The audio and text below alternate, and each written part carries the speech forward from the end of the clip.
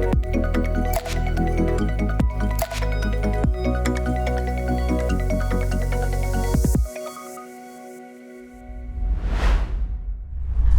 gente, esse é mais um Bitar Podcast e eu sou a Rubia. E eu sou o Lindomar. E no episódio de hoje nós vamos conversar sobre o Dia da Consciência Negra. Uma data importante para ressaltar o orgulho da negritude, mas também para falar sobre o combate contra o racismo e a desigualdade racial.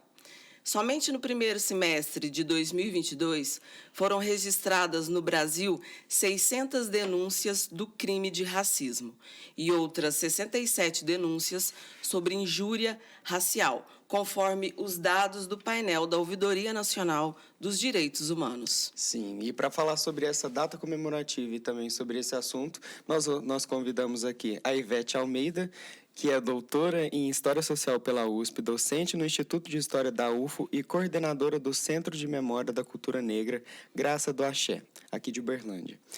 Atualmente ela desenvolve pesquisas, inclusive na Universidade de Portugal, e dentro da história, nas áreas de cultura visual, imagens, representações sociais, feminismo negro e dentre outras. Nós estamos também com a Jane Maria dos Santos Reis, que é mulher preta, mãe, cientista social, pedagoga e doutora em educação. Ela tem certificação pela Universidade de Harvard em estudos afro-latino-americanos e atualmente é coordenadora do Núcleo de Estudos Afro-Brasileiros da Diretoria de Estudos e Pesquisas Afro-Raciais da Universidade Federal de Uberlândia. No tempo livre, ela gosta de estar com a família, assistir séries e documentários com ênfase em questões sociais, adora conversar sobre pretitude, representatividade e auxiliar pessoas, especialmente mulheres negras, a se reconhecerem e conhecerem também além dos padrões postos. Sejam muito bem-vindas, meninas. Obrigada. Olá, obrigada. Então, para começar o nosso papo, né, Lindomar, o que é o Dia da Consciência Negra? Bom, vamos lá? Então, vou começar, né? Historiadora tem que contar uma história. Então, é uma longa luta, né? Então, é claro que se a gente for retomar, assim, na verdade, desde que as pessoas pretas pisaram nesse continente, né? Como pessoas que foram sequestradas e escravizadas, elas estão resistindo.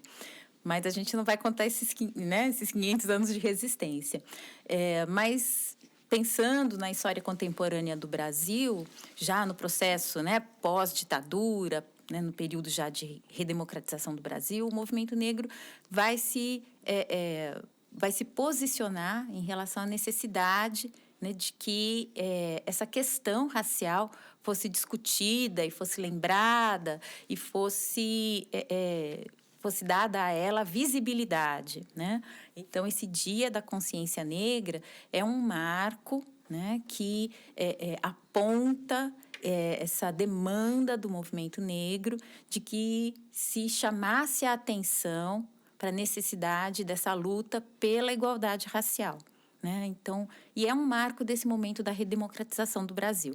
Então, não é que assim, em 88 é que, né, o movimento negro entendeu que tinha que existir essa lembrança e que essa discussão precisava ganhar visibilidade. Não é isso, já existia muito antes, sempre existiu. As pessoas pretas resistem desde sempre. É muito interessante quando você vai estudar esse processo, né? O escravismo, a colonização do Brasil começa no século XVI. As pessoas escravizadas chegam aqui, aí por volta da metade do século XVI, e os primeiros quilombos também já começam a ser formados. Então, assim, a gente está resistindo desde que chegou aqui. Mas essa data em especial, ela tem essa conotação, né? Ela é esse marco do movimento, colocando ali na agenda, no nosso calendário nacional, esse alerta de que, olha, a gente precisa discutir. Não que a gente só precise discutir no dia 20 de novembro, né? Mas é esse alerta de que é uma questão que nós precisamos não só discutir, mas precisamos resolver, né? Porque apesar do escravismo não existir mais oficialmente, sim, as mazelas dele e as estruturas que ele criou estão aí, né, na nossa frente. Então, nós precisamos resolver isso. Sim. Posso também falar? Né? Então, né, afro-saudações para quem está aqui conosco, essa juventude que é tão importante para movimentar todas essas questões que nós estamos conversando aqui no dia de hoje. E esse dia da consciência negra, eu acho muito importante que a professora Ivete, ela fala assim, marco.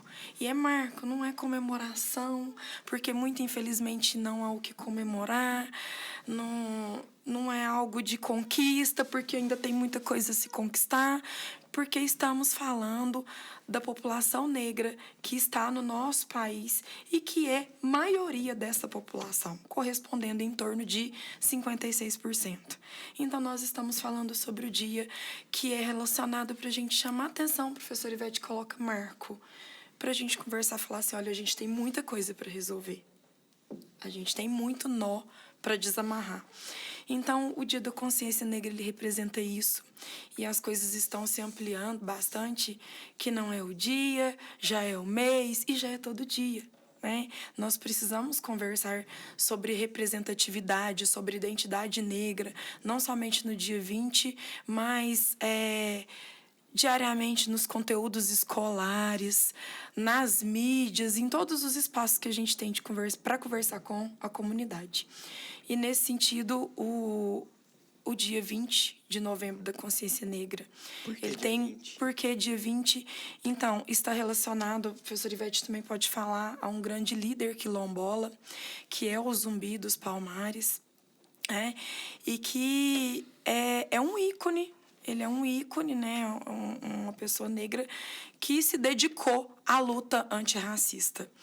Então, essa imagem, né, ela é muito importante porque a gente conversa, só que todos os dias, nas mídias, hoje nas redes sociais, não apenas nos telejornais, em tantos outros espaços, são repletos de atos de atitudes racistas.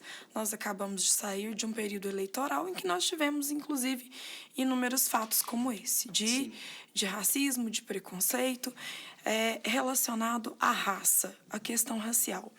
E aí, uma coisa que eu acho muito importante de mencionar é que, e para além do dia 20 de novembro, né, e que o ícone é o Zumbi, é que nós temos também o 25 de julho, que é um marco muito, muito importante também para nós que estamos na luta antirracista, que promovemos educação antirracista, que é o Dia da Mulher Negra Latino-Caribenha,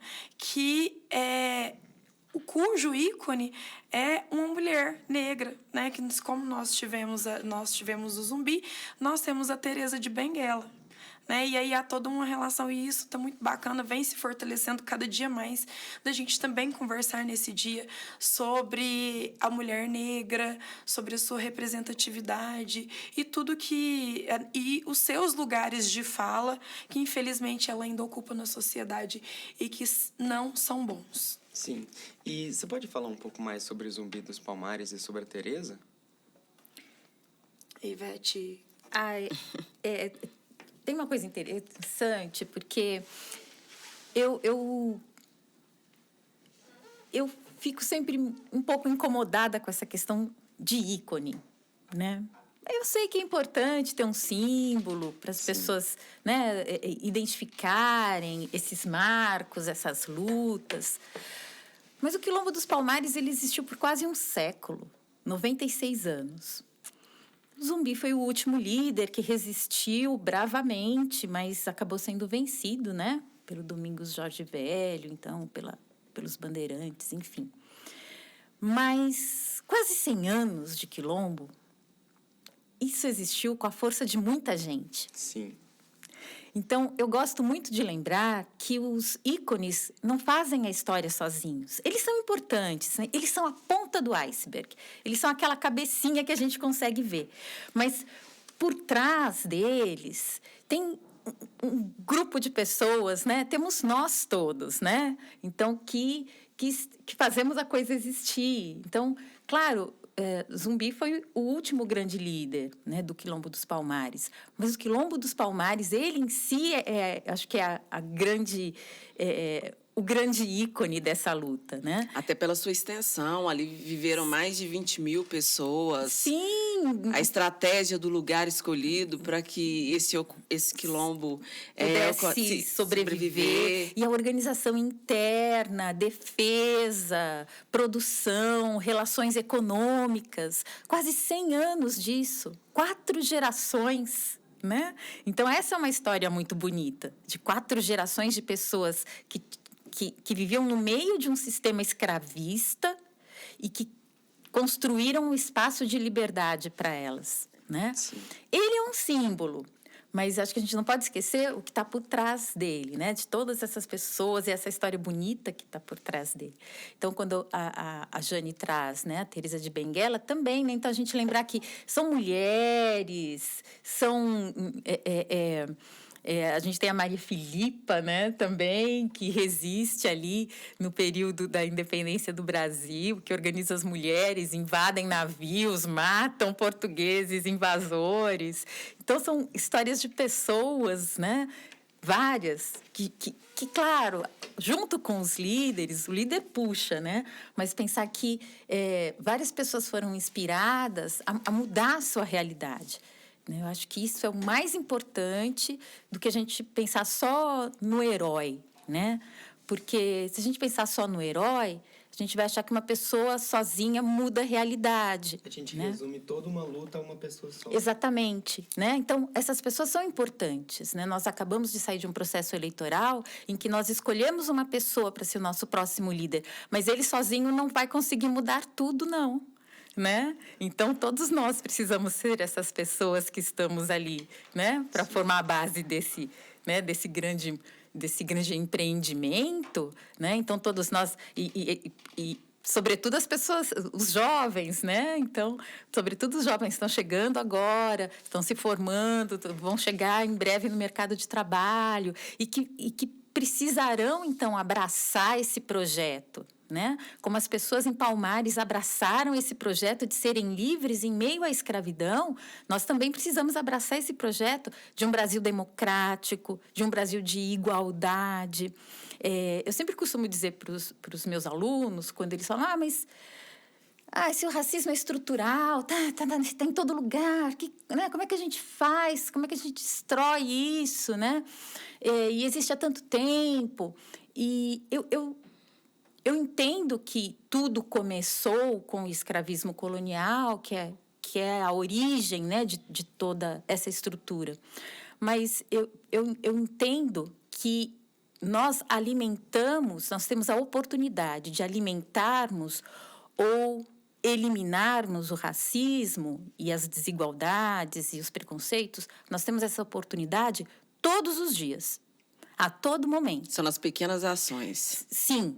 Então, quando você acorda, coloca as pernas para fora da cama, você é professora, você tem a opção de achar que o seu aluno preto é preguiçoso ou a opção de achar que ele está ali quietinho porque deve ter alguma questão, algum problema, e aí você pode se aproximar dele e tentar ajudá-lo.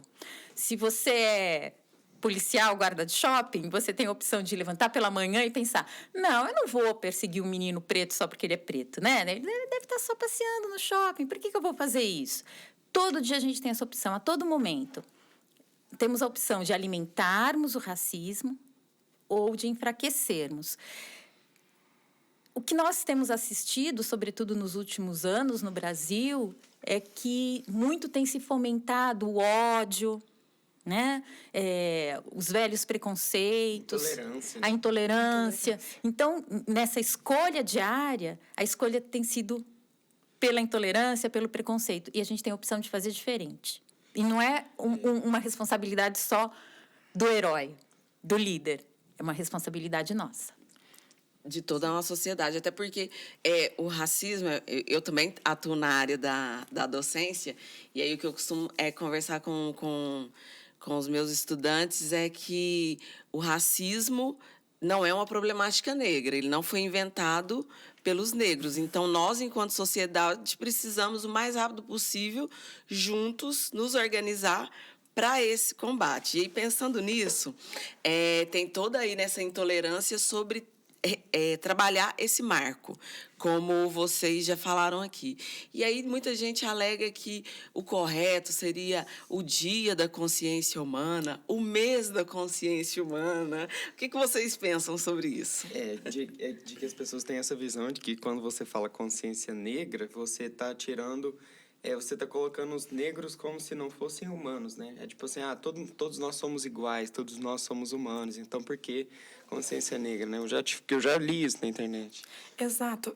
Essa questão ela é muito importante e a gente pode começar a refletir sobre essa questão de consciência negra, consciência humana, por meio de duas questões. De um lado, nós temos a igualdade e de outra, a equidade. A gente fala assim, nós queremos construir uma sociedade igualitária e tudo mais. Essa estrutura social que nós estamos inseridos com essa conjuntura econômica, ela permite a igualdade? Todo mundo tem o mesmo acesso a tudo? Não.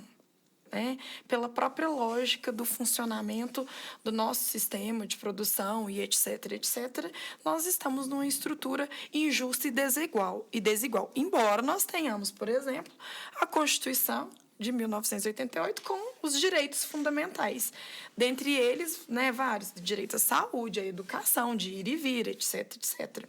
Só que as pessoas, na prática, no dia a dia, essa relação de igualdade ela não acontece. Então, nós temos que partir em busca de quê? Em busca de promoção de equidade. Historicamente, as pessoas negras no nosso país, elas ocupam espaços, lugares de fala que estão às margens do nosso sistema. Então, a população negra protagoniza população carcerária. A mulher negra é majoritariamente a vítima de feminicídio, de violência sexual e tantos outros números e tantas outras margens. E aí, como que a gente faz para mudar isso, além do cotidiano que a professora Ivete coloca? Procurar mecanismos de promoção de equidade, de formas de acesso para que essas pessoas possam mudar os seus lugares de fala. E a força motriz que consegue nos auxiliar nessa alteração de ocupação de lugares na nossa sociedade se chama educação, se chama universidade, se chama escola. Só que nem mesmo aquele jovem negro, com o exemplo que a Ivete deu, eu vou acordar de manhã, meu aluno não compareceu à aula, por quê? O acesso, ele é limitado por diferentes barreiras. Aí a gente precisa conversar, por exemplo, sobre as cotas sociais, que é a mesma coisa da consciência negra, da consciência humana. Mas tem que ter cota para todo mundo. Tem o discurso da meritocracia, quem rala consegue. Mas a gente tem uma estrutura muito forte que não permite isso. E é essa estrutura que a gente precisa movimentar. Então, quando a gente fala de consciência negra, é porque nós estamos numa estrutura social injusta, desigual. E a gente precisa proporcionar mecanismos de acesso há outros espaços que as pessoas negras precisam ocupar. Nós não temos pessoas negras. Quantos docentes, quantos professores, qualquer um, vocês que estão nos assistindo, quantos professores negros você teve na sua vida? É o teste do pescoço, né? Eu ia falar justamente, eu notei aqui. E observa. Teste do pescoço. Um ato cotidiano que a gente precisa fazer se chama teste do pescoço. Você está passando por diferentes lugares, espaços sociais, um shopping, um terminal, um restaurante. Um restaurante. Onde estão as pessoas pretas, onde são as pessoas brancas naquele espaço? Falo por nós, eu sempre utilizo esse exemplo. Eu trabalho no prédio da reitoria. Quantas pessoas negras... E aí eu ainda faço um teste de pescoço um pouco mais filtrado, que o meu olhinho fica buscando mulheres negras. Onde estão as mulheres negras no prédio que eu trabalho? Elas não estão ocupando um cargo público que foi conseguido por concurso. Elas estão na limpeza, no serviço terceirizado, na jardinagem, e isso é muito ruim. E a gente só consegue mudar com a educação, com sistemas, com políticas de ações afirmativas. A política pública, ela tem foco, ela tem público-alvo. E as pessoas negras, elas precisam muito disso. E aí, essa questão do cotidiano, ela é muito importante, da gente fazer esse teste do pescoço, de entender que nós precisamos ter consciência humana, sim, ótimo, mas nós precisamos de consciência negra, sim, todos os dias, cotidianamente, para construir noções de representatividade. Senão você, jovem que está nos assistindo nesse momento, você não vai se ver em outros lugares. E a pessoa negra ou qualquer pessoa pode tudo. A luta antirracista é de pessoas negras ou não negras. Qualquer pessoa ela pode prestar um concurso público, ela pode se ver em outros espaços, mas ela precisa ter mecanismos de acesso para isso. Então, essa questão ela é muito importante. E aí, os agrupamentos, as coletividades, a gente fala muito, né, em aquilombar. O espaço, um dos grandes espaços de aquilombamento que nós temos dentro dessa universidade é o NEAB, é o Núcleo de Estudos Afro-Brasileiros, que é a coletividade. E que existem em outras universidades também. E que existem, também. Há um consórcio nacional de NEABs, né? Então, é não se sentir só. E o que seria aquilombar? Seria tomar liberdade daquele espaço? Porque vocês falaram que os quilombos eles eram um símbolo de liberdade. Porque eles buscaram liberdade em meio à escravidão. Então, seria isso? Construção de espaço. Construção de espaço. Construção de espaço. Né? Uhum. Então, construir um espaço e um espaço significativo, né? Um espaço de valorização de negritude, um espaço de construção de identidade. Resistência. De resistência, né? Porque quando você se torna mais forte, né? Quando você não está sozinho. Sim.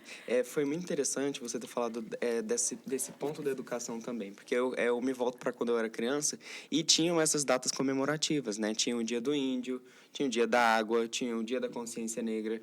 E a importância dessa data também como representatividade para a criança negra, né? Que já sofre ali bullying na escola. E também para os coleguinhas entenderem assim, ele tem... Aí eles podem até perguntar assim, titia, mas por que eles têm o dia deles? Aí eles vão entender por quê, né? E aí entende que não é legal ficar brincando com o cabelo da coleguinha, não é legal falar do tom de pele. Educação para as relações étnico-raciais. Gente, né? Uma coisa muito comum, aquele lápis rosa claro. Cor de pele. Cor de pele. Exatamente. Hoje já existem, né? A caixa de lápis com a paleta variada. Que não é tão acessível. Que não é nada pelo preço. Exatamente. Mas muita gente, né? Eu era criança que falava que aquela cor de lápis era a cor de pele. Entende? Aí quando você cresce, que você vê, você fala assim, não, mas peraí, isso é totalmente equivocado, isso aqui é rosa. Né? Eu tenho uma sugestão, depois quem quiser pode procurar no YouTube, que é um vídeo curtinho, acho que de 3, 4 minutinhos, que é o teste das bonecas, que é com as crianças, né? As crianças fazendo um teste com as bonecas, porque a gente tem um padrão muito pesado, muito imposto do que é o belo, do que é o esteticamente adequado. A gente sofre isso diariamente aqui na universidade, né, Ivete? De próprios professores de falar assim, você não pode entrar no laboratório com esse cabelo, você não pode. Então, assim, tem muita questão que precisa ser desconstruída, né? Desmistificada, que está além dos padrões colonizadores, europeus, né? Eurocêntricos, com essa diversidade, até porque o berço da humanidade está onde, Vete? É interessante como tudo isso passa pela educação, né? Porque nós tomamos como se fosse assim, não, mas esse padrão de beleza é assim porque é mais bonito. E não é porque você ensinou que era bonito. Eu passei por uma experiência no ano passado que nós, na minha família, nós sempre compramos brinquedos e enfim, né, para que em diferentes instituições as pessoas doem para as crianças e tal. E aí nós compramos bonecas pretas, vários tipos, né? Com cabelo black, com cabelo trançado, né? E compramos várias. E uma madrinha de Moçambique, né? A Mônica, que é madrinha do Moçambique de Belém, ela fez a distribuição num assentamento e filmou. e tinham as bonecas pretas e tinham outros brinquedos. Quando as crianças viram as bonecas pretas, era muito bonitinho, porque eles diziam, tia, eu quero a boneca preta. E as bonecas foram acabando, e eles, não, eu não quero essa loira, eu quero a boneca preta. Eu quero alguém que me represente. Exatamente. E a gente vê essa mudança nas bonecas também, né? Porque a importância de tocar no assunto, né? Não só falando do movimento negro, mas também o movimento feminista das mulheres, né? Sim. Que não é aquela Barbie magérrima Isso. do Exato. narizinho Que não fino, empinadinho, representa. loirinha. Exato. Agora Ninguém, tem quase Barbies. ninguém. Sim, eles estão começando a fazer Barbies gordinhas também, né? Com um peso diferente dessa magrinha. E dá para todo mundo ir se identificando ali. Eu fui, no Dia das Crianças, eu passei numa loja de brinquedos e tava vendo. E aí já tem uma variedade ali. Mas ainda vai melhorar em outros pontos, né? Igual a questão do nariz também. Princesas negras. Princesas. Exatamente. A criança, ela é muito afetada por essa estrutura racista. Eu cresci, eu lembro, isso para mim é muito significativo. Eu cresci me achando uma criança muito feia, porque nada dava certo. Então, assim, a galerinha de hoje jamais vai entender o que era o desenho da She-Ra, do He-Man, mas eu ficava indignada porque eu não tinha aquele cabelo bonito que a She-Ra tinha, loiro, E das amarelo, próprias apresentadoras e das dos programas apresentadoras eu não me infantis. via, né? Então, assim, e aí é uma coisa que a gente tem que chamar atenção para isso, para essa conversa, é porque o racismo que acontece no nosso país, em tudo isso que a gente está conversando, né? Ele é movimentado pelo preconceito de marca. Há um pesquisador, Horácio Nogueira, que faz toda essa discussão, que o preconceito de marca, ele vem pelos fenótipos, pelo que apresenta o corpo negro. Então, o que é alvo do racismo na estrutura social é ter um cabelo Quanto de mais textura elementos da crespa. negritude, Quanto né? mais elementos fenótipos da negritude, mais você sofre desse racismo. Então, por exemplo, o músico que caiu na mídia tem pouco tempo, um músico que foi abordado porque ele tinha um carro de luxo, ele foi abordado porque acharam que o carro não era dele, era assaltado. Porque o negro não poderia Porque ter um carro, negro, isso é muito recorrente. a gente tem casos aqui de denúncias que chegam nessa instituição, por exemplo, de estudantes negras que foram utilizar os parâmetros da área da saúde, de curso da saúde, jaleco, a touca. Ai, que legal, você tá parecendo uma cozinheira. Porque ela tá com a touca, só que é uma touca, sei lá, de cirúrgica, né? Para fazer procedimento. Então, o É que se preconceito você vestisse branco, você automaticamente teria que estar numa profissão Exato. O que Subalterna, no caso do negro. Sabe né? onde que eu convido muitas pessoas a fazerem teste do pescoço? A primeira coisa é entrar dentro dessa universidade. Entrem à vontade, porque ela é nossa. Né? Ela é nossa, ela tem que ser apropriada, né, por todas as pessoas. Ela é um espaço público, em especial as negras.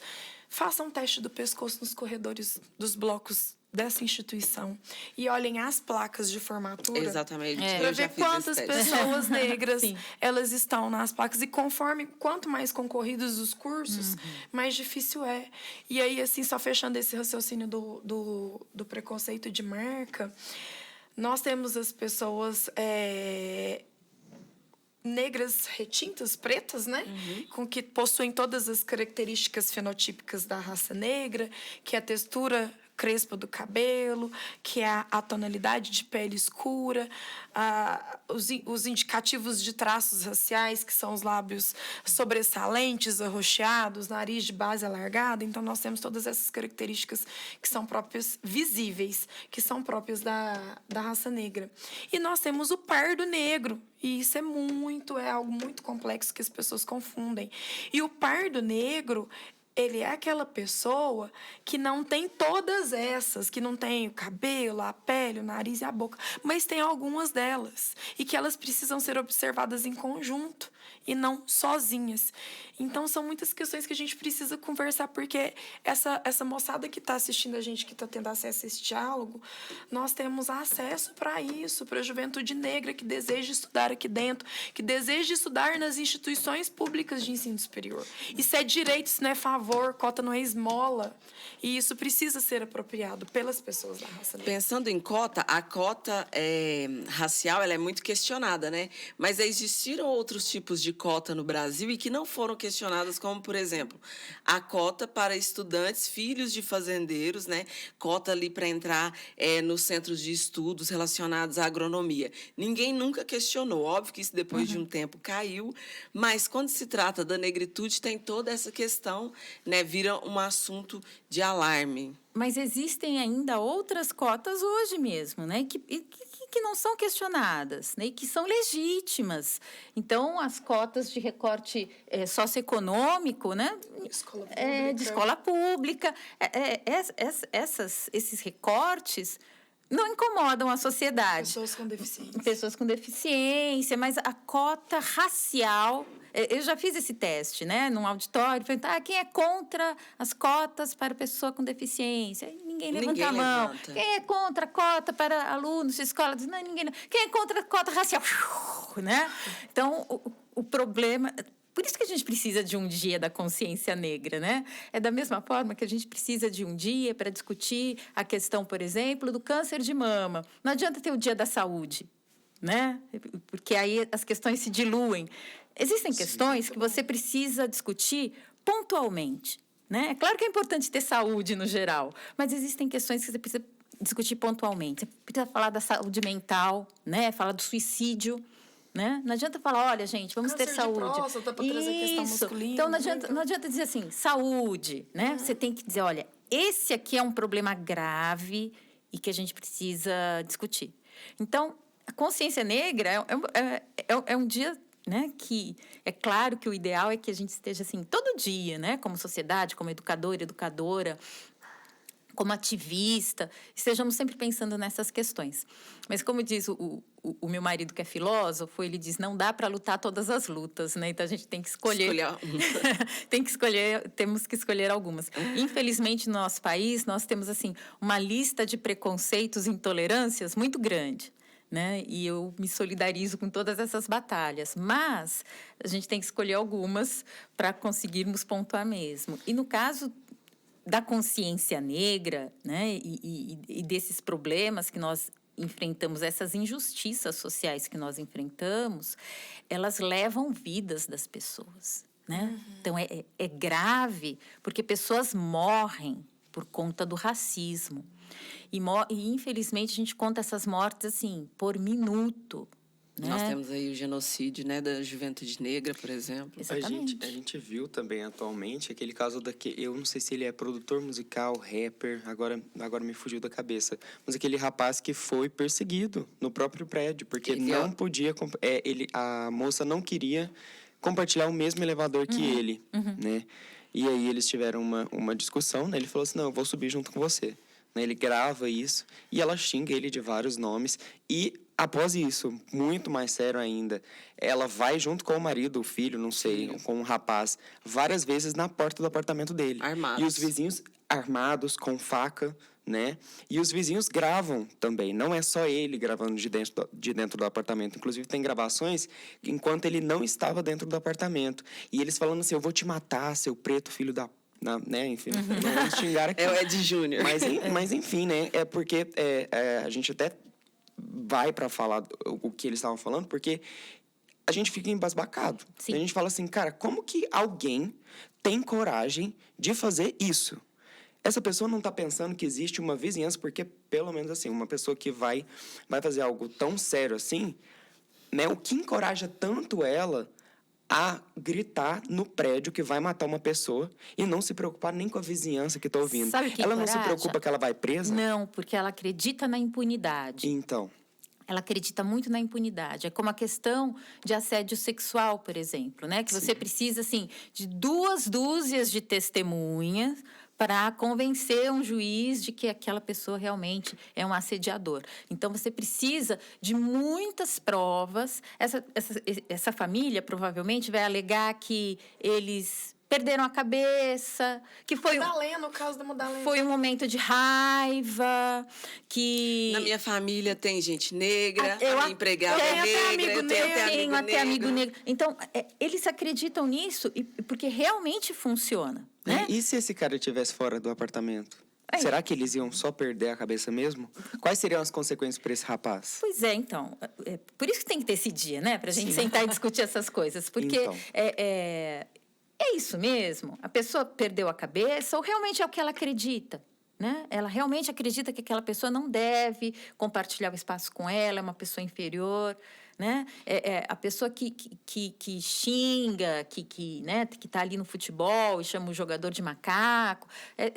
Foi só um momento, foi só um momento. Até quando nós vamos aceitar essas desculpas, esses argumentos que são mentirosos, né? Então, você que é jovem, né? Você tem a opção de brigar com seu colega, né? Chamando de uma série de coisas. Quando você escolhe chamar, né, de seu preto, seu preto sujo, seu seja lá o que for, você escolheu isso por algum motivo, né? E tem então, até... e isso não pode ser disfarçado. Eu estava comentando com a Rubia sobre até chamar assim, nego, vem cá. Não, nego não sabe o que fala. Nego não sei o quê. Sabe, assim, particularmente me incomoda. Serviço de preto, a gente vai até entrar nesses termos depois que eu trouxe. Racial. Sim. Então, isso não é... foi sem querer. Não, você pensou e escolheu. E essa sua escolha, isso que motivou essa sua escolha, é isso que a gente precisa... Revela o seu pensamento. Exatamente, é isso que a gente precisa desconstruir, é isso que a gente precisa cortar pela raiz. Eu posso dar um exemplo que eu acho que ele é bem bacana ainda no universo das cotas e que a gente conversa muito com o Ministério Público Federal, né, o Procurador da República, o Dr. Onésio, ele diz o seguinte: o Sistema Nacional de Justiça ele funciona para inúmeras coisas. Aí nós vamos pegar um exemplo das cotas. As universidades, principalmente no momento inicial da implementação de cotas, ela teve um processo muito forte de denúncias de ocupação indevida de vaga. E aí aquela pessoa branca vai lá e é denunciada, e a gente trabalha muito com isso, né, Ivete? E ela fala assim, mas eu não fiz por querer, eu não entendia que eu não era, eu não tive informação. Ok, mas essa vaga que você está ocupando, por exemplo, de um curso de medicina, ceifou uma vida negra, uma oportunidade. E que, muito provavelmente, não tem retorno. E desculpa não vale para isso. E aí o sistema de justiça, quando eu volto, né, e falo do Ministério Público, porque aí vem a questão das judicializações, porque essas pessoas brancas elas querem lutar com unhas e dentes e com as desculpas diárias e inúmeras que não foi por querer, né? O que é muito estabelecido, né? E não é o caso do nosso país, mas em outros, que por uma decisão judicial tem pena de morte, tem outras.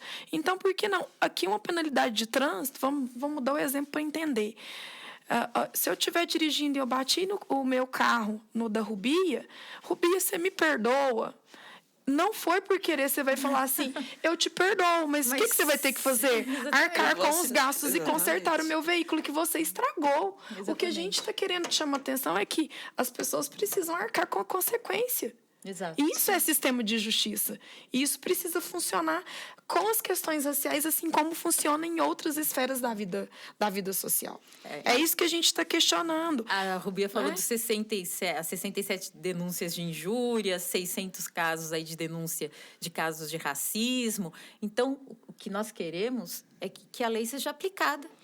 E aí, pensando na aplicação da lei, vocês falaram muito aqui da impunidade, né? Existe o crime de racismo e existe o crime de injúria racial.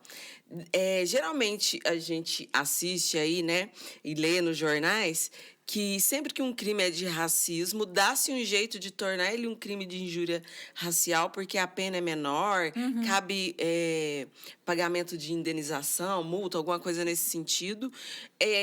Como que isso ocorre no Brasil? Então, nesse vasto campo, né, da permissividade, né, de entender que porque no crime de racismo, né, você você está agredindo os direitos da pessoa, né? Da integridade moral, física. E, no caso da injúria, é uma situação esporádica, pontual. Então, é perverter o que aconteceu e transformar aquilo que é realmente algo que causa um dano, né, profundo, em um momento de descontrole. De descontrole, exatamente. Então, por isso que nós estamos dizendo, nós queremos que a lei seja aplicada, não que ela seja pervertida, né? Que ela seja dobrada ali. O que a gente quer é que a lei seja aplicada, porque realmente essas atitudes destroem vidas, e destroem vidas não só como o rapaz que podia ter sido assassinado, né? Mas destroem vidas também destruindo a autoestima.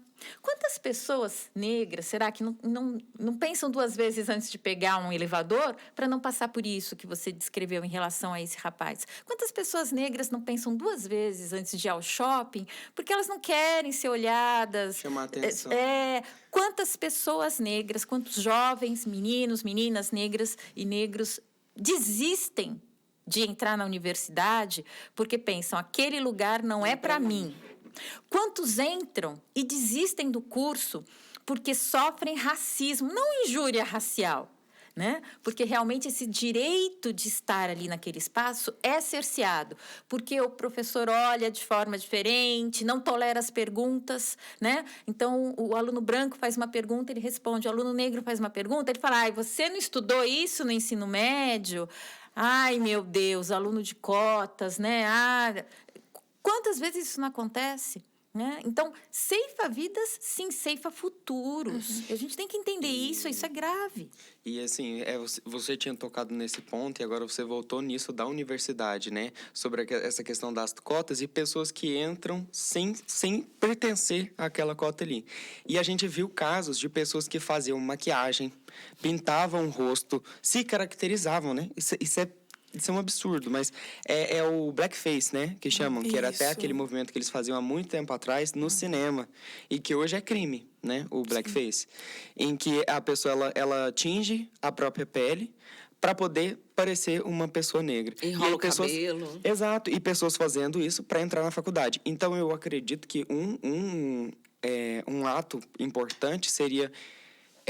entrou uma nova turma na faculdade? Vamos checar. Quem é que entrou com essas cotas? Quem é você?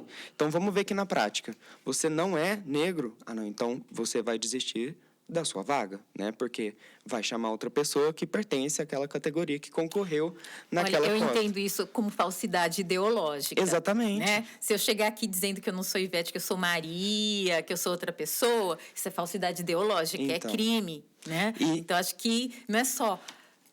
você não está no seu lugar. A questão é, escuta, você tentou se passar por outra pessoa. Exato. Né? Exatamente. Mas nós temos mecanismos para isso, e eu acho que além de falsidade ideológica, com a qual eu super concordo, nós, nas nossas pesquisas, estudos, nós também damos um nome para isso que se chama afroconveniência. E a afroconveniência é uma coisa que eu também gosto muito. As nossas tiradas de sala de aula, em uma sala de aula, se a gente perguntar aqui, quem deseja ser negro? Aí eu brinco assim, nem eu que sou queria ser. Você ia querer ser nessa estrutura, Ivete? Também não, né? De tanto que a gente sofre diariamente, porque ter um corpo negro é algo infernal nessa estrutura. Mas aí eu chamo a atenção da afroconveniência, eu até escrevi uma reflexão sobre isso, sobre o negro de direitos e o negro de deveres. Com essa onda de cotas raciais e tudo, a galera tá quem não quer ser negro para ter uma vaga num curso bacana, algo que você queira estudar, né? Que é o negro de direitos, todo mundo quer, mas o negro de deveres quer estar nesse corpo negro todo dia e sofrer as agruras, né? Os atos constantes de racismo que são adoecedores, ninguém quer. Então eu sempre faço isso porque tem essa questão, né? Dessas maquiagens, dessas dessa afroconveniência, né? Dessa deturpação do que Minha é o corpo bisavó negro. era negra.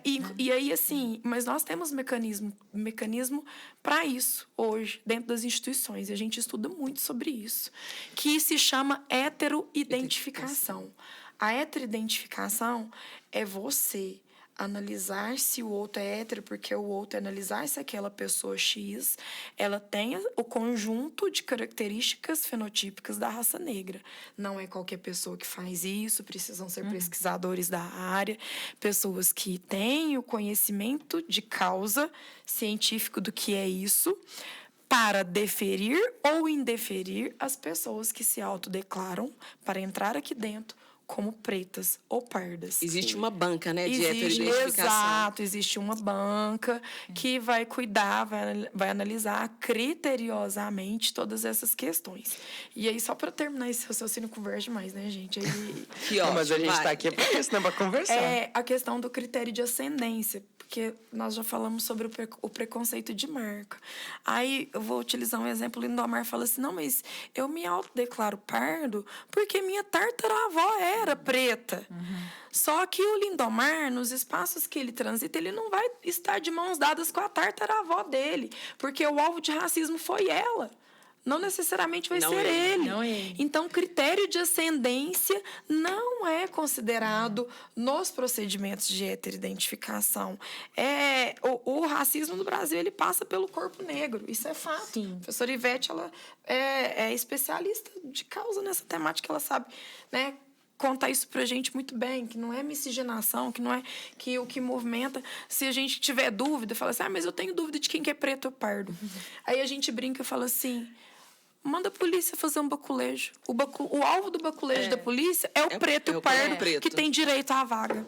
Passei pelo shopping. Deixa o menino passar pelo Deixa shopping. você pelo shopping. E observa os E observa olhares. isso, E observa quem exato. começa a transitar. Vai no supermercado e começa a observar a Isso. câmera virando para o seu lado. Isso. Não é? Passou, o guardinha vai falar no rádio, Pronto, né? e Então deixa- você passou, olhou pro guardinha, ele fez algum movimento de falar no radinho? Não, então...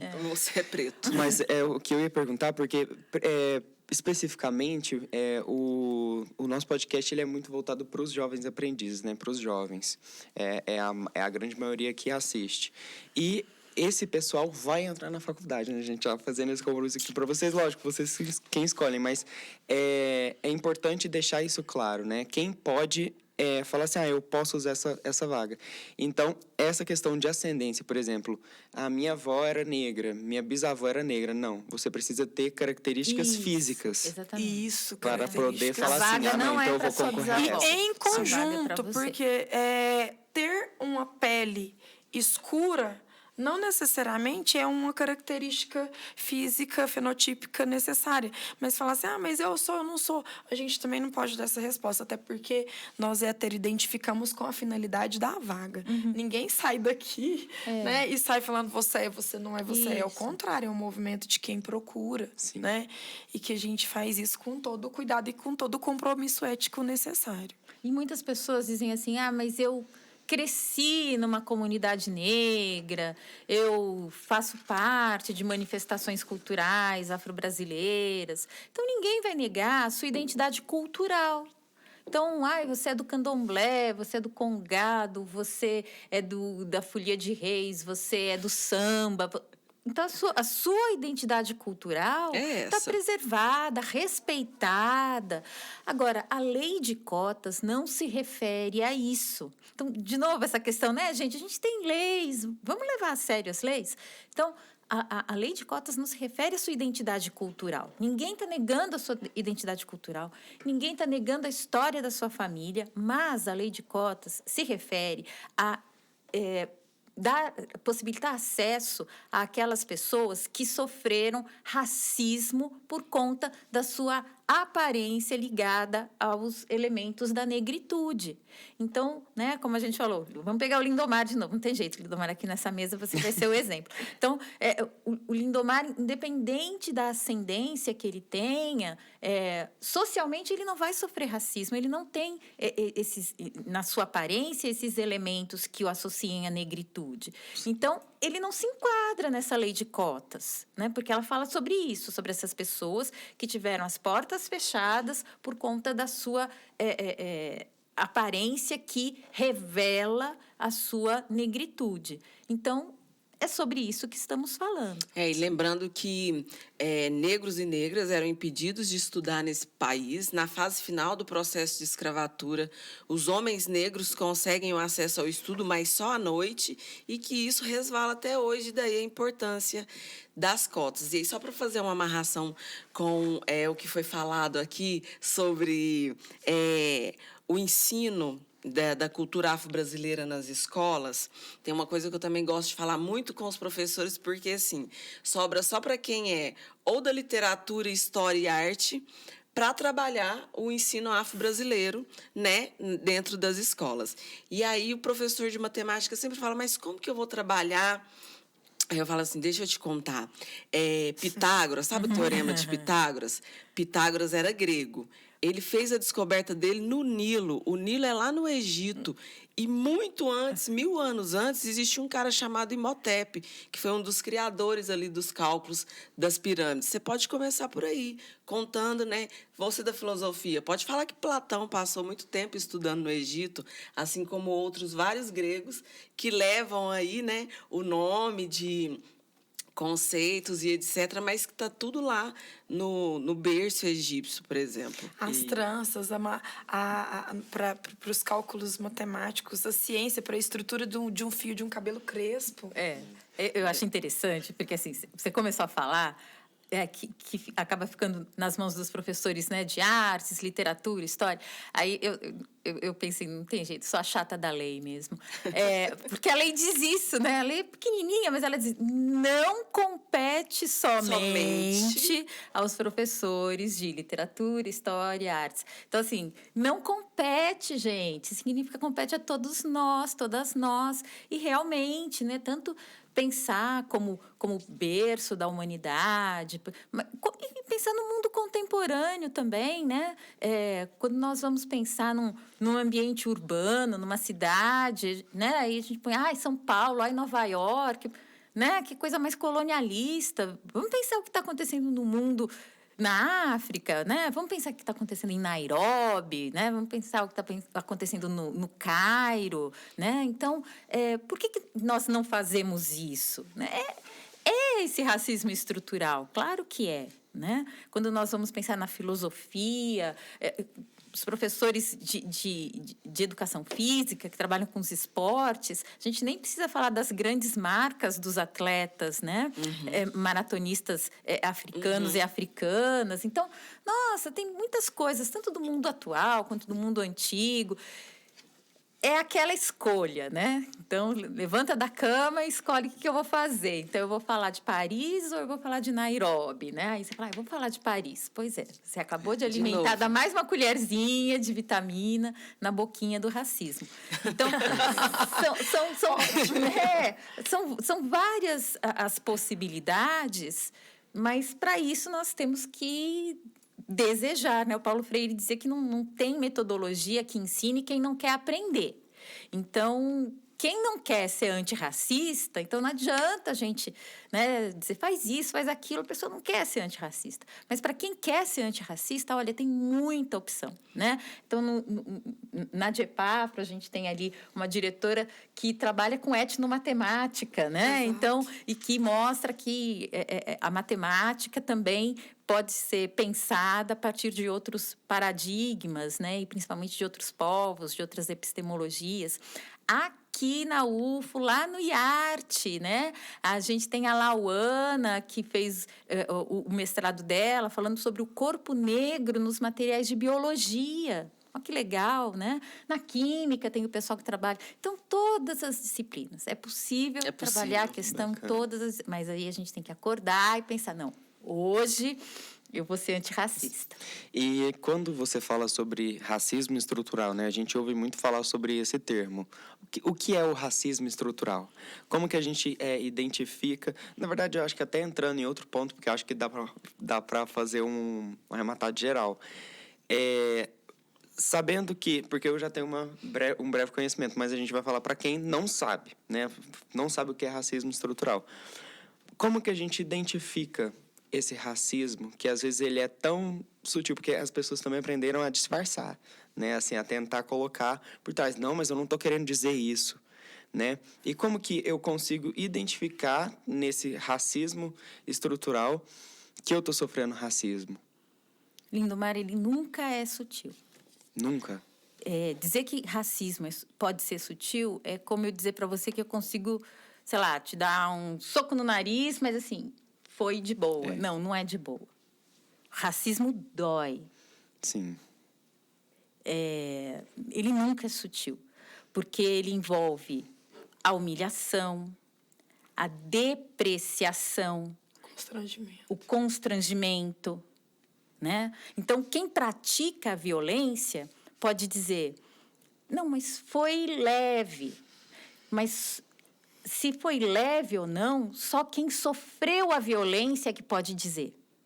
Quem pratica... Aqui no Brasil existe isso, né? A pessoa pratica o assédio sexual e fala, não, foi só uma paquera. Não.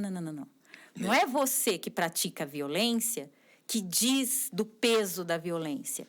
Quem diz do peso da violência é quem sofreu a violência, né? Então, quem sofreu é que pode dizer, foi pesado, né? Porque ele é que sofreu. E não existe racismo leve, né? Não tem humilhação leve, não tem constrangimento leve, não tem cerceamento do seu direito leve, né? Então, como eu disse, se você levanta a mão para fazer uma pergunta, alguém te diz, você de novo? Não. Você tem alguma outra... Isso. Né? Você foi calado, cerceado. Isso não é leve. Não existe racismo leve. Então, como é que a gente sabe que sofreu racismo? Quando você sofreu uma violência. Mas nós vivemos numa sociedade racista. Então, mesmo as pessoas que sofrem violência, elas aprenderam que é assim mesmo. Que elas devem aguentar isso porque é assim mesmo. Então, por isso que a gente tem que ter educação para as relações étnico-raciais. Para que, mesmo quem sofre violência, entenda que não é assim mesmo, que ele não precisa sofrer violência. É como no caso das mulheres, né? Que elas precisam aprender que não é normal que elas se sintam coagidas e assediadas. Não, menina, mas é um elogio. Não, isso que eu quis dizer, né? Com esse sutil. Porque, assim, fala assim, você vai para esse grupo aqui. É sutil o que eu quis dizer, que para quem não é negro, isso não fica muito claro, entende? Então, para quem sofre aquilo no dia a dia, para quem conhece, aquilo machuca, aquilo é dilacerante, entende? Mas para quem tá de fora, e às vezes quando o negro vai para falar, fala assim, não, mas eu acho que ele não quis dizer isso. É isso que eu quis dizer com o sutil, né? Então, por exemplo, por que eu vou para esse grupo aqui? Né? Aí a pessoa fala assim, não, mas eu acho que você está exagerando com isso, acho que não foi isso que ele quis dizer. Você entende? Que é nisso que as pessoas colocam nesse... Diminui, né? Tenta diminuir exatamente. Um pouco, maquiar um pouquinho. Não tem outra forma, né, de você sentir o que a pessoa sentiu se você não fizer um exercício de vestir a pele dela, né? Sim. Então, aquele vista a minha pele, né? É isso. Então, assim, pensa aí se fosse com você, né? Se dissesse assim, você não, né? Não, você ali naquele grupo que a gente nem vai ver o que vocês fizeram, né? O que é isso? E a gente parar com esse exercício de amenizar. Foi sem querer, é uma brincadeira, foi só assim mesmo. E respeitar o sofrimento do outro, né? Se o outro disse eu me ofendi, dizer que é mimimi, que está exagerando, é desrespeitar o sofrimento do outro, né? Se durante um procedimento médico, né, você fala para o seu médico, eu estou piorando, eu estou perdendo sentidos. Se ele disser para você, é mimimi, você aguenta, né? Isso vai dar muito errado. E que isso acontece geralmente com mulheres pretas, né? A gente sabe que a quantidade de doses de anestesia, né? Então, o volume de anestesia para as mulheres negras é menor, né? Porque tem aquele imaginário de que o Eu não corpo acredito negro nisso, isso eu não aguenta, sabia. suporta mais dor. Sim, é um dado, assim, até relativamente antigo, né? Assim, Por isso que é importante a gente ter esse bate-papo, porque isso sim. E com os um homens absurdo. negros.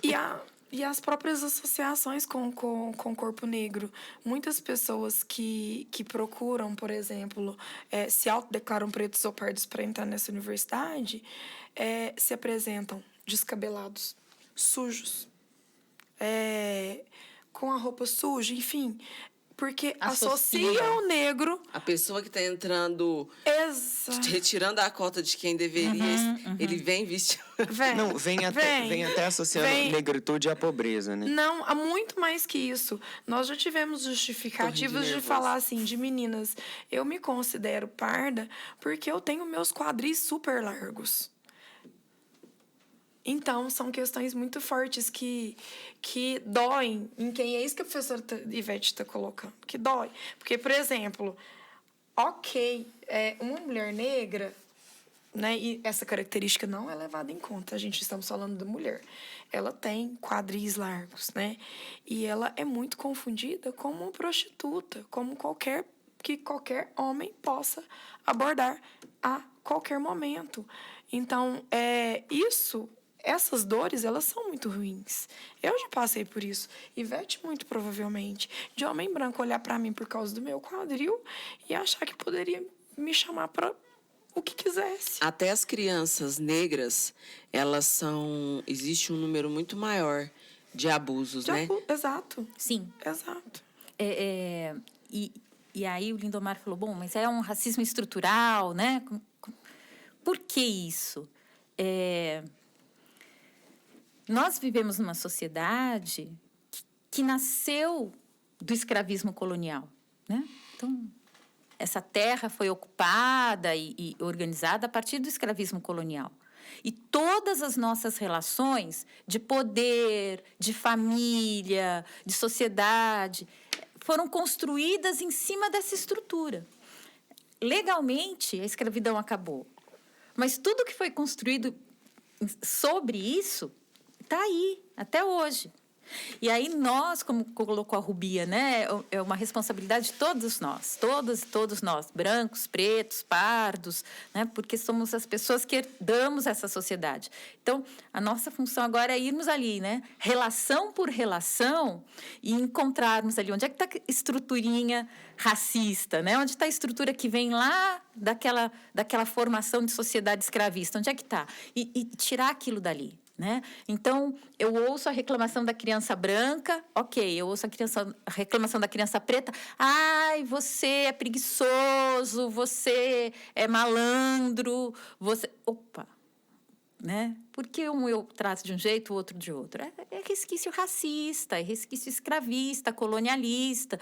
Porque a mulher branca está ali sofrendo no parto e eu tento acalmar a mulher preta. Ai, que escandalosa. Você aguenta. Preta, você aguenta.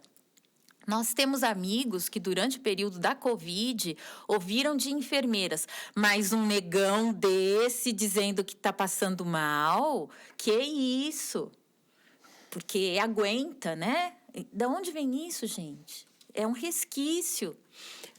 Você perguntando agora de onde vem isso, eu lembro que quando eu estudei no ensino fundamental e médio, tinha sempre, quando falava de história, né, do Brasil, vai falar do processo romantizado da escravatura, e sempre foi contado que os negros foram trazidos, não sequestrados, né, para o Brasil porque eram fortes. Nossa, que horror. Até que mais no final do ensino médio, e aí eu me lembro muito de um professor que chamava Gilberto, ele Não tem nada a ver com a força, tem a ver com a inteligência do povo africano de ser trazido para cá.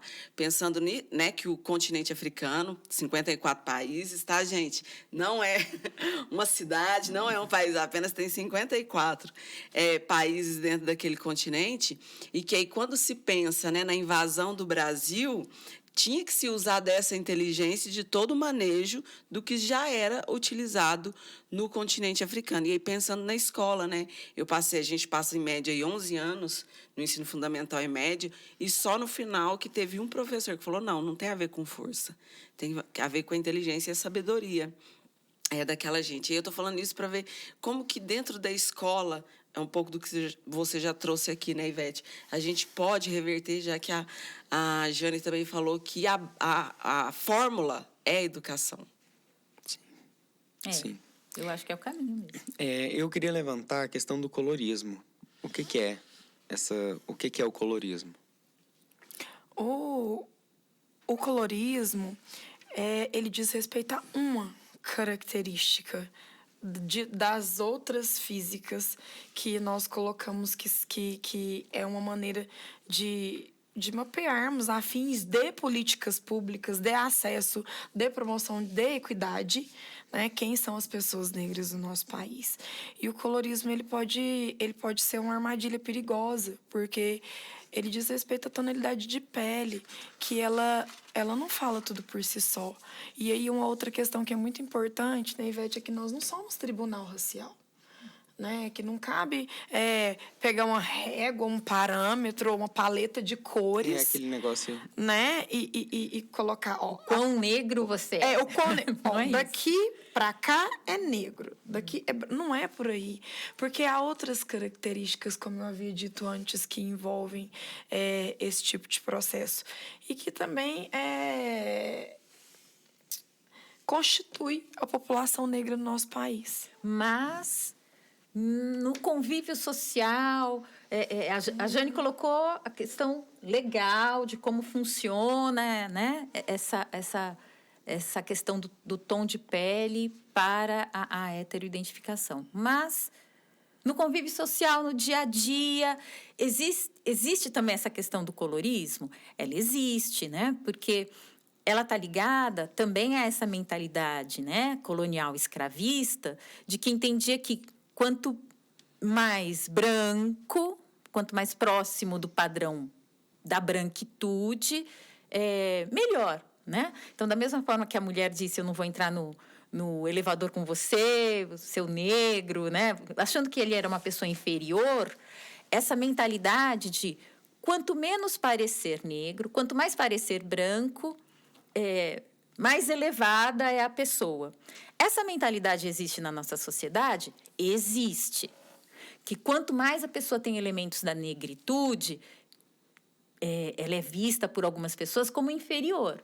E quanto menos elementos da negritude, ela é vista pelas pessoas racistas como mais tolerável. E aí acontece isso, né? A pessoa que tem a pele retinta sofre mais racismo? Sofre, porque os racistas pensam assim. A pessoa que tem a pele menos retinta, no olhar desses racistas, ela é mais tolerável, né? Não vou dizer que aceita, porque não aceita, né? Porque acha que é uma pessoa inferior. Mas ela é mais tolerável? Ela é. E isso é muito cruel, né? Porque as pessoas negras que não têm a pele retinta chegam a ouvir coisas do tipo, mas você nem é tão negro assim, né? Moreninha. Então, mulata. Assim, mulata. Então, assim, já nos roubam os nossos direitos. Quer nos roubar a nossa identidade racial também. Já não bastasse tudo, ainda quer dizer que eu não sou negro o suficiente. Mas existe essa mentalidade de branqueamento, né? E essa mentalidade, ela é muito cruel, como eu ia dizendo, porque, por muito tempo, ela impôs padrões mesmo, né? Então, uma mulher que vai ser advogada e vai entrar, então, no Tribunal de Justiça para dar início a um determinado processo.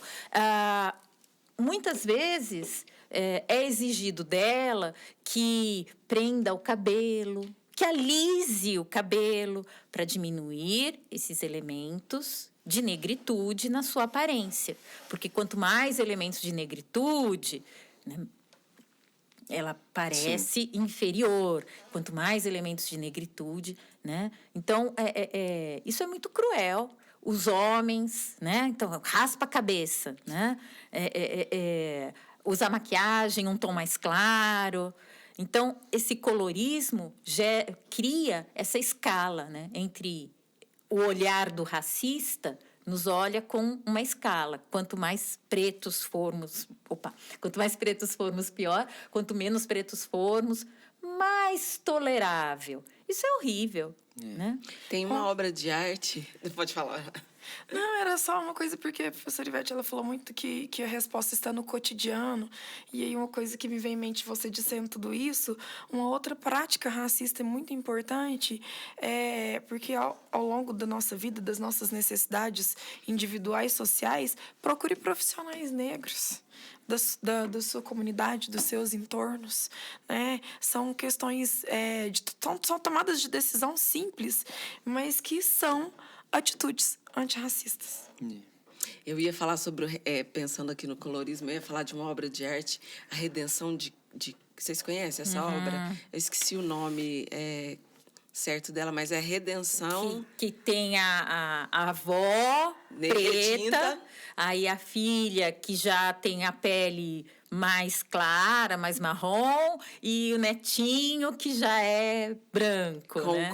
Com um europeu ali, né? A figura de um homem branco. Isso, que era essa ideologia do século XIX, assim, de branqueamento, né? A gente vai acabar com essa marca negra, né? Dessa presença negra na sociedade, assim, como se fosse filtrando, né? Depurando. Fazendo uma higienização do ambiente. Que era o termo que eles usavam, né? Que era a higienização racial. E o quanto isso ainda está assim, lá no fundo mesmo, sabe? Da memória, dos costumes. Isso ainda está muito presente. E por isso é estrutural. E você tocou aí, né, no Da Cor do Pecado. Queria trazer alguns termos, né? Porque aqui a gente está para debater, a gente está aqui para aprender. Então, trazer alguns termos que são racistas. Que não devem ser utilizados. Exato. E as pessoas talvez nem sabem e usam eles. Então, meia tigela, né? Falar assim, você é uma profissional de meia tigela. Por que meia tigela é racista, né? Porque se vocês quiserem comentar também, mas a gente vai falando aqui. Quer citar todos? Quer citar todos? Aí a gente fala depois, um por um. Ó, meia tigela, não sou tuas negas. Nossa. Né? Denegrir, a coisa tá preta, serviço de preto, criado mudo, inveja branca, nego é foda, criado mudo de novo, eu coloquei aqui, né? Da Cor do Pecado, mercado negro, magia negra, lista negra, ovelha negra, né? Então, são muitos termos que é usado constantemente, que são racistas, e às vezes as pessoas nem sabem. Exato. E a gente precisa deixar isso tudo muito escuro. Vamos escurecer essas ideias. Vamos escurecer as ideias, porque vamos deixar claro, já é também um indício que pode se somar à sua lista. E eu fiz uma brincadeira. Deixar claro. Vamos esclarecer? Por que tem que esclarecer? Né? Por que tem? Então, eu gostaria de falar, nem de palavra por palavra dos termos, mas eu gostaria de mencionar a questão do letramento racial. E aí, de novo, a gente chega nas escolas, a gente chega na hierarquia, educação para as relações étnico-raciais. Nós acabamos de conversar sobre o racismo estrutural. E além do racismo, o que faz parte desse universo, dessa discussão, é esse letramento, esse cuidado com as palavras. Tem coisas que nos ferem, assim como a Ivete falou, que dói muito ouvir, né? E que é uma questão ética. E eu vou utilizar outro exemplo, que está no âmbito da educação especial. A gente chama uma pessoa muda de mudinho, chama que mudinho lá. Não é pejorativo também? Retardado. Né? Então, nós queremos respeito. Essas pessoas precisam de respeito, esses públicos-alvo. Então, é questão de política afirmativa. É questão da gente trabalhar. Né? Não é mimimi. Não é racismo. E não é injúria racial. É racismo. você falou desse caso, né? Citou, no caso, as pessoas com deficiência. Eu me lembrei que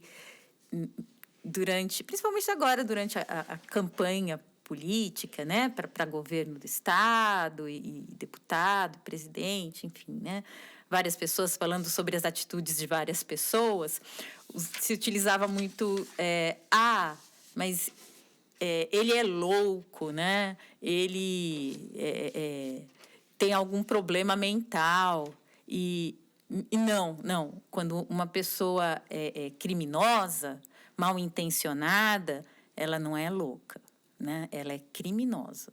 Então, acho que a gente tem que colocar o nome certo nas coisas, né? As pessoas que cometem crimes, genocídios, elas não são loucas, são criminosas. E em relação às expressões racistas, é interessante observar que vocês citaram que várias delas usam, né, a ideia de negro, preto, né, para qualificar, né? Então, a ovelha negra, negro entra aí para desqualificar, né? Diferente. E para desqualificar a ovelha, a ovelha é dócil, Mas a é ovelha negra. é boazinha, mas a A ovelha negra é ruim. Isso, é uma, né? Essa aí não pode confiar. Especifica essa, na verdade, não uma qualificação, uma desqualificação. Então, várias dessas expressões que trazem serviço de preto, né? Então, o negro, preto, escuro, entra aí para desqualificar. E o negro ainda é mais forte, Vete, porque quando é o preto, a gente tem um videozinho que também circula na internet, quando é algo que é relativamente positivo, nós falamos grana preta ou grana negra? Aí a grana é preta. Sim. O carro, ele é preto ou ele é negro? O trem tá preto, né? O trem, Quando fala. entende? Ainda tem assim, a gente vê que o peso, né, apesar de a gente utilizar muito preto, mas o negro ele vem com tudo. Aí ele vem com Para essa conotação exatamente, negativa. exatamente. E puxando mais para o pessoal de vocês, né? Quando foi que vocês fizeram assim as escolhas profissionais e também falar um pouco sobre os desafios, né, que vocês tiveram no caminho para isso? Eu fiz a minha escolha profissional quando eu estudava, eu acho que eu estava na 5ª série e no meu livro de história traziam muitas imagens sobre o Egito. E eu me lembro de olhar aquelas imagens várias vezes, né? Eu lembro de estar olhando assim, o escriba sentado e falar, meu Deus, como é que isso pode ter 4.000 anos de idade, né? Que coisa incrível, que coisa maravilhosa. E eu queria entender, então, essas sociedades, essa potencialidade humana, né? De vários lugares. Então, foi aí que eu fiz essa escolha. E foi interessante, né? Porque na época, eu sempre achei que eu fiquei encantada com as imagens que eu vi. Hoje, né? Já aí, meio século depois disso, eu percebo que provavelmente deve ter me encantado não só as imagens, mas o lugar ao qual elas se remetiam, né? Então, foi E isso, nos anos 70, ver imagens positivas sobre a África era nunca, né? Isso não existia. Então, esse encantamento deve ter vindo daí, né? De ver que aquilo era o continente africano e que era tão exuberante, tão incrível, que nada se comparava àquilo. Então, foi aí que eu decidi, não, eu quero estudar isso, gente. Eu quero saber o que é isso, como é que vai ser. E em relação a obstáculos, eu não sou de Uberlândia, eu sou de São Paulo. E eu sou da periferia de São Paulo. E eu comecei a sentir o que era o racismo mesmo, como disse a Jane, né? Quando você está em diferentes espaços, olha para o lado, né? Então, eu ali na Escola do Estado, estudei minha vida inteira em Escola do Estado, eu tinha coleguinhas negros e negras, sim. Tive professoras e professores negros e negras, sim. Aí, cheguei na universidade, né? Fiz História na USP. Eu era a única aluna negra do curso de História. A minha irmã era a única aluna negra do curso de Geografia. Aí eu comecei a perceber essa O quanto era solidão, né? Eu tinha um professor negro, na história. Minha irmã tinha um professor negro na geografia. Eu nunca tive uma professora negra, nem na graduação, nem na licenciatura, nem no mestrado, nem no doutorado. Então, uma mulher negra ali, eu nunca fui... Não sei nem se tem, espero que tenha agora, mas não sei. Durante toda a minha jornada acadêmica, eu nunca tive uma professora negra. Então, eu comecei a perceber essas portas fechadas, os olhares, as perguntas, né? Mas você vai conseguir tirar cópia do texto? Né? Como assim, né? Então, você começa a perceber que em determinados espaços, a sua presença não é esperada. Não é esperado que tenha uma pessoa negra ali, né? E aí, várias outras situações. Mas a gente começa a perceber que a sociedade espera, né, que, já que o negro tem que existir, que ele exista em determinados espaços distantes das áreas de especialização, de formação, de comando, então, nem se fala, né? Mas foi aí que eu comecei a perceber que... E ouvia, né, frases do tipo... Olha, você vai ter que... Né, dos colegas. Nossa, você vai ter que demonstrar que você... pode, né? Que você conhece. Pensava, por que eu vou ter que demonstrar isso? Não é todo mundo que tem que demonstrar isso? Sou só eu que tenho que demonstrar? Por que eu tenho que demonstrar mais que os outros, né? Porque a sociedade não espera que eu esteja ali. Naquele né? lugar. Exatamente. Né? Quando eu trazia a possibilidade de temas de trabalho, de disciplina, né, que envolvia esse racismo, eu ouvi de professores, mas esse tema, de novo, isso está tão superado. Para quem, pra né? Quem? Para quem está superado? Então, sim, então esses obstáculos começaram a aparecer, sobretudo, a partir do momento que eu ingressei num espaço que não era um espaço que foi feito para me receber. Sim, legal. E você, Eu acho Jane? que no meu caso, eu queria... Eu não quero nem justificar minha escolha, porque quando a gente escolhe a área de humanidades e tudo, é muito bem parecido com o professor Ivete, mas eu queria deixar um recado muito especial para os jovens, as jovens que vão ter acesso a esse material e que aconteceu comigo. Eu acho que, inclusive, assim... É um movimento diferente da Ivete que ambos se enriquecem muito. Eu sou uma mulher negra, fruto de um casamento interracial. E a referência de uma menina, né, de uma mulher, é a mãe. E minha mãe é branca. E do jeito dela que ela tinha. E eu quero fazer esse depoimento muito rapidamente, porque eu acho que é isso que é importante ficar.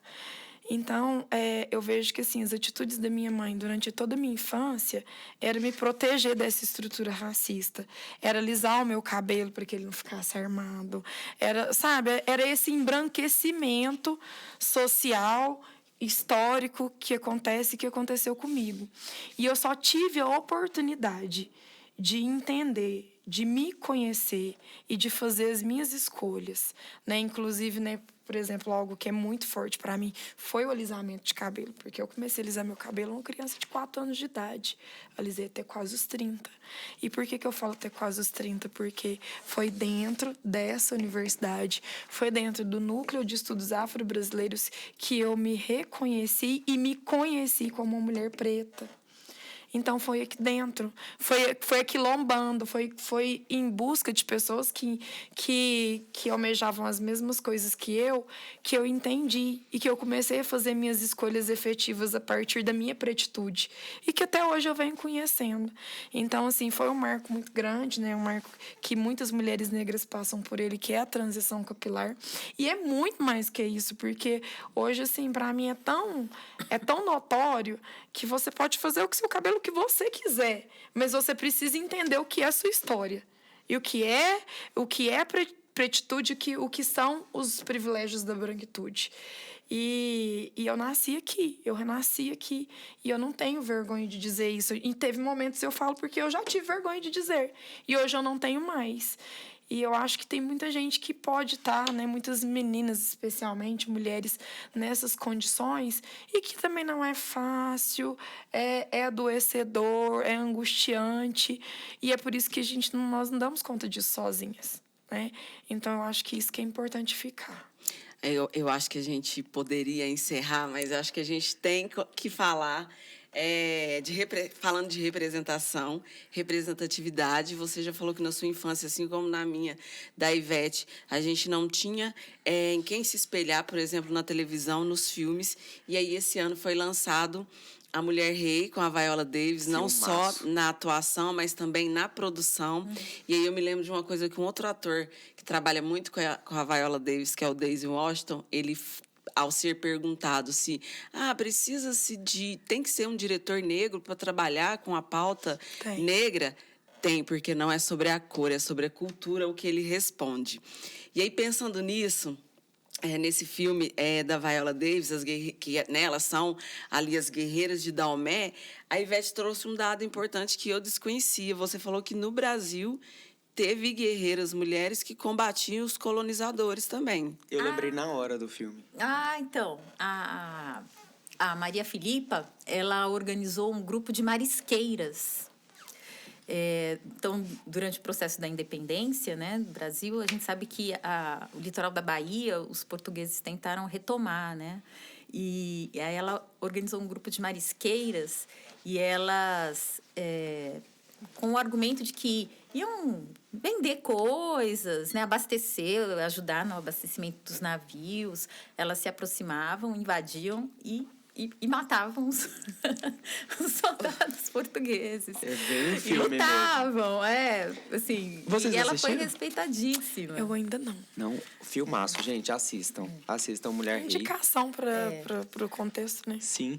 Tem outro filme também, que é Corra, do diretor sim. Jordan Peele, muito importante. Os outros filmes dele também, ele levanta, inclusive, no último que ele lançou, o Não, Não Olhe, ele comenta algo que até a Rubia falou sobre apagar negros que foram importantes para o desenvolvimento de algumas coisas, criação de outras coisas, né? Então, ali fala sobre... Eu esqueci qual é o processo do filme, mas aquele que são várias fotos e ali cria-se uma sequência. Quem criou isso foi um negro, e ele levanta isso no filme. Então, é muito interessante assistir os filmes do Jordan Peele, especificamente o primeiro, porque é um filme que fala sobre o racismo, e é um filme bizarro, assim. Assistam. Ele usa uma linguagem interessante. E também comentar sobre Ariel, né? Que vai trazer aí a Hailey Bailey, não sei agora como comentar certinho. E que tá linda, né, como Ariel. E foi muito questionada pelas outras pessoas, né? Então, é isso. Ir alcançando novos espaços, assim.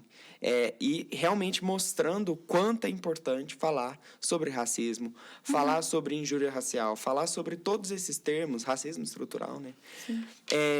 Corrigir também, né? Igual você falou que a questão do clarificar, né? Do clarear. Teve uma outra coisinha que eu falei também. A questão de, às vezes, quando é sutil, né? A gente ter esse debate, a gente conversar. Quando eu te corrijo, quando você me corrige, quando eu te corrijo, enfim, né? Porque brancos também podem corrigir brancos. Quando eu te corrijo, eu não tô te agredindo, eu tô querendo te ensinar, assim, para você não agredir outras pessoas.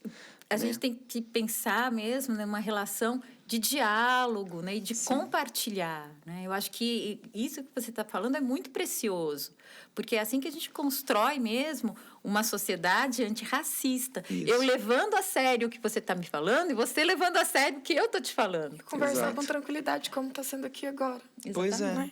E, assim, ter essa abertura para entender que o racismo, ele é estrutural. Nós somos racistas.